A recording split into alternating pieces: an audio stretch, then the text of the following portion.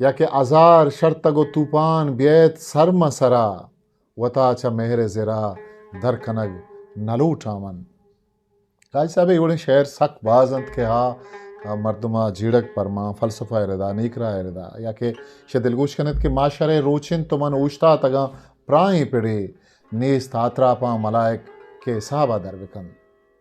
या कि खे बेजान बारे ही मर्ची कदी बांधात बिबित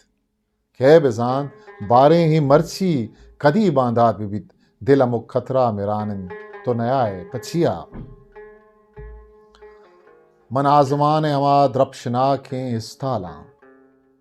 मन आजमान हमा द्रप्शना के इस्ताला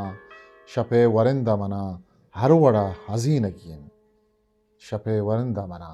हर वड़ा हजीन किन। शर्मंदा ये लती दरवरतंग के मुबारक काजिए शायरी है क्या ये रोमानवी रंग इश्की रंग बाज वड़ा शमदिस तक बाज वड़ा वन तक दरबर तक भले ये कंची तकियत के मदिस्तुत करें के उदा काजिए